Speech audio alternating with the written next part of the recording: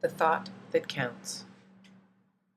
Eckhart Tolle's book, A New Earth, begins with a flower 114 million years ago.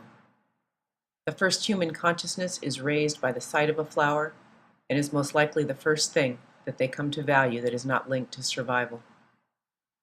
The first recognition of beauty is one of the most significant events in the evolution of human consciousness. The feelings of joy and love are intrinsically connected to that recognition. Jesus tells us to contemplate the flowers and learn from them how to live. Buddha delivers a silent sermon, holding up a flower and gazing at it. Yet it is not the flower itself in form that holds the fascination. It is the flower's essence. Throughout history, our fascination with flowers has been unparalleled. William Shakespeare's most quoted play, Romeo and Juliet, poses, "What's in a name? That which we call a rose by any other name would smell as sweet." It is that fragrance, that sweet sight of perfection unfolding seemingly just for us alone, where we are closest to our own essence and our own joy. In our want to spread such joy, somewhere along the line, we begin picking flowers and giving them to others to show our affection. Then someone decides they can make money by selling these little joy bundles, and street vendors appear in the marketplace. For a few shillings, we can buy happiness and deliver it to our loved one. This is a convenience for us, so we don't have to actually find the flowers and pick them. But ever it is the thought that counts, and flowers are notorious for hitting their mark with our intended. We use them for joy, for hope, for sorrow, for fun, to celebrate birth, and to punctuate death. FTD is founded in 1910. We begin to measure our love by the size of our bouquet, and FTD makes it one step easier to spread the joy. When that florist walks through the doors, all eyes are on him to see who gets the joy on this day, and who the joy is from. Cards were handwritten back then and personal. A dozen red roses is the treasured booty and comes with a hefty price tag. Woe unto the boyfriend or husband who doesn't present his sweetheart with those dozen long-stem beauties on Valentine's Day. My husband chose them to represent his sorrow after a fight. One too many fights, one too many bouquets of long-stem red roses, and it is no longer the thought that counts. It is now the 90s, and sending flowers is one of the biggest businesses on earth.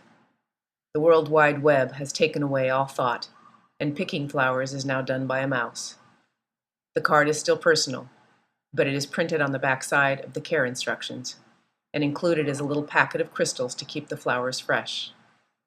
My sister is housebound with MS, and I joined the monthly Click for Joy to send her the tulips that she so dearly loves. It is our only form of communication.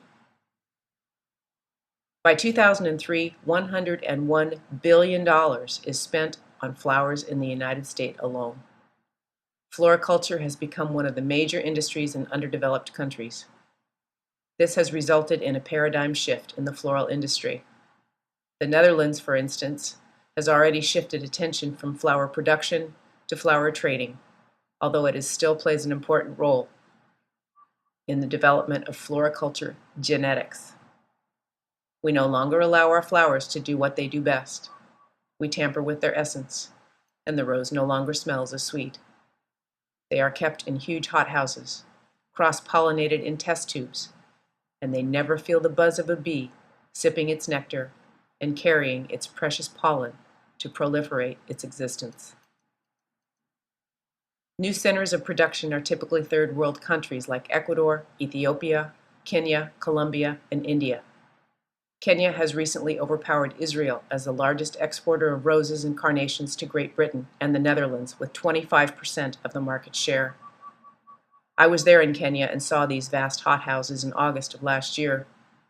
At first, I'm elated that Kenya has chosen such a joyous cash crop, but I'm told that there is a dark shadow hovering just above the peaked green roofs. I don't learn of the horrors until I'm in O'Hare Airport, and a book jumps from the shelf into my lap. The World Without Us by Alan Weisman is a thesis written on the premise that if man were gone from the planet tomorrow, how would the planet reclaim itself? I'm glued to this book the entire 10-hour flight and horrified at what I read.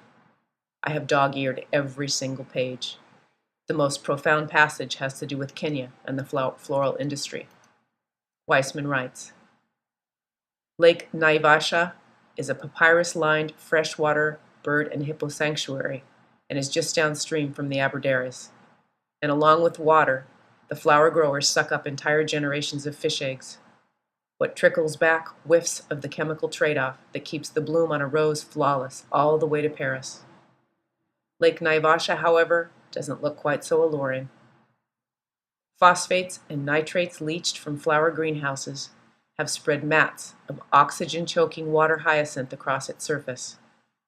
The rotting tissues of hippo carcasses reveal the secret to perfect bouquets: DDT and 40 times more toxic dieldrin, pesticides banned in countries whose markets have made Kenya the world's #1 rose exporter.